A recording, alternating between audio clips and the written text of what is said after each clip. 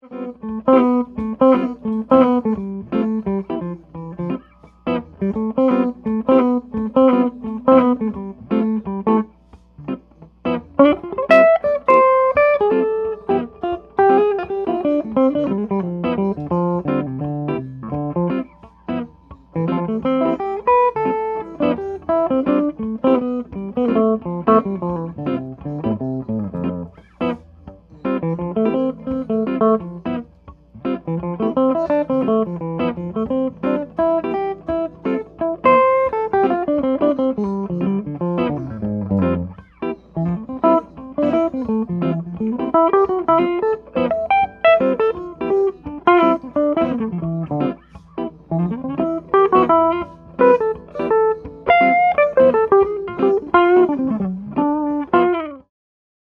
everybody, thanks for checking out my second lesson, Jazz Guitar with the Belltower. I am, of course, the Belltower. In Lesson 2, we're going to talk about soloing over 2 5s. And if you had the first lesson, you know that we talked about D minor 7 and G7, the 2 and the 5, respectively. And today we're going to talk about soloing over those ideas. Typically they're found lumped together in jazz and pop tunes, and a real easy way to solo over those tunes is to just use one scale. And of course I'll help you get out of those old familiar boxes as well and give you a couple new ideas. Alright, so let's get started.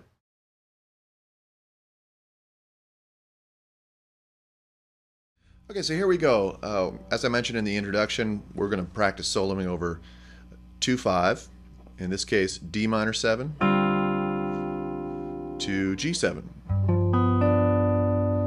Alright, or you can finger it like this. It's G13.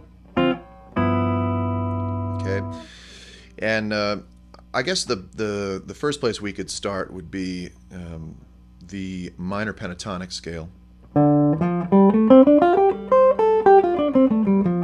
That's one fingering. It's a good idea to know the scale degrees, so that would be 1, 3, 4, 5, flat 7, root 1, flat 3rd, 4, 5, flat 7, root. Anyway, that's a position that a lot of guitar players are familiar with.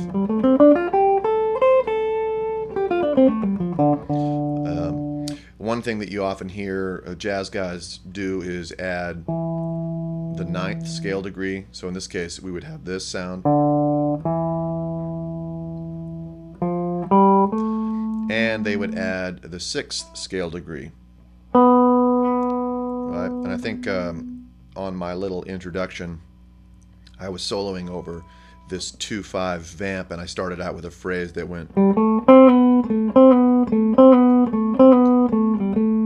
which I may have just ripped off from Pat Martino, but I love the sound of that, and that note that I'm landing on is the 6th scale degree on a D minor.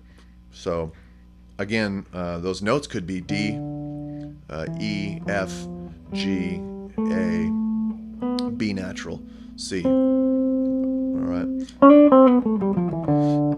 It's a great idea to just spend some time playing those notes all over the guitar. Again, just to make it a little richer sounding, I'll go ahead and add G sharp or A flat to include the blues scale.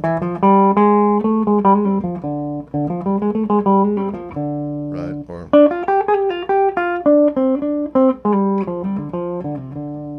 right. That's a great sound. Again, that sound is going to work perfectly over this chord and this chord. Okay? But let's give you something exciting here, something that will get you away from, these old fateful positions, and that is really playing the sound of a chord, another chord, against these two chords. So over D minor or D minor G7, I often play an F major 7 sound, and I'll give you a couple fingerings for this. The first one will start on the 4th string, and I'm going to play a pickup to that F, right? So 2nd fret 3rd fret, up to the 3rd string, 2nd fret. I do a little mini bar here, 3rd string, 5th fret, 2nd string, 5th fret, 1st string, 3rd fret, 1st string, 7th fret.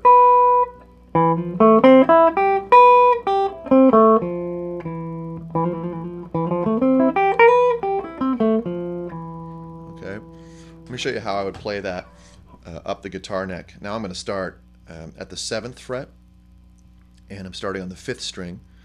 And check out the fingering here. So I'm going to play 1st finger, 2nd finger, move to the 4th string with the 1st finger, move up to, that was at the 7th fret, move up to the 10th fret with my 2nd finger, move up to the 3rd string with my index finger. Then I'm going to slide my index finger up 1 fret, again 3rd string, 10th fret, and do a mini bar to play the 2nd string as well. Then I'm going to use my 2nd finger, 13th fret, 2nd string. Then I'm going to use my index finger, 12th fret, 1st string, and I'll finally use a new finger, the 3rd finger, at the 15th fret, 1st string. And if you had any questions about how Django Reinhardt got around in a hurry, here's your answer. Right.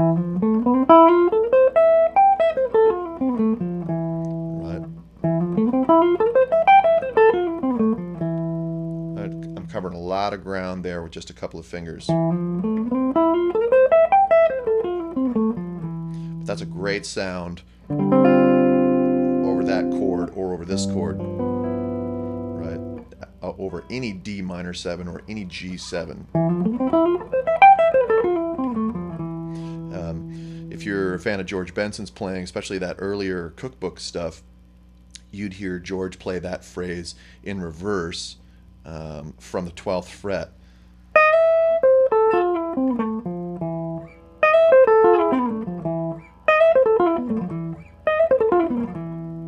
So if you're wondering what that riff was, that's what it is. Right? Okay, and then the last phrase, I'll begin here. I'm at the 3rd string, 7th fret, and I'm going to do a pickup to the F note. And that is 10th fret, 3rd string, mini bar to the 2nd string, 10th fret, 1st string, 8th fret, and 1st string, 12th fret.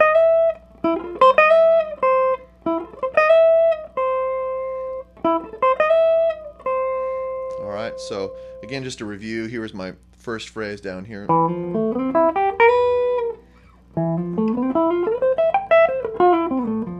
And another one here.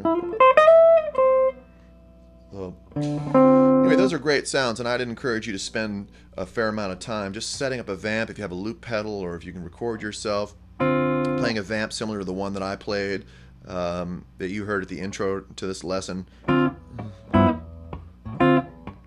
Right? And just keep that baby going over and over and over, and spend some time working on some of these ideas. The sound of playing the minor pentatonic or the minor blues is a great sound, you know, with the addition of the 9th or the 13th, the 2nd degree or the 6th degree in the scale. I guess that would make it the Dorian mode. That's a great sound. And then also playing F major 7 over those two chords. I guess that's F major 7, sharp 11.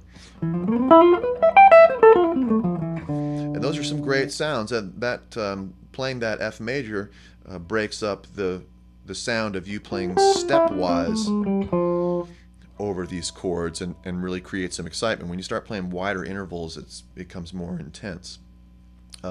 Either way, it's time spent on your instrument learning how to hear those sounds, and that'll yield the greatest results.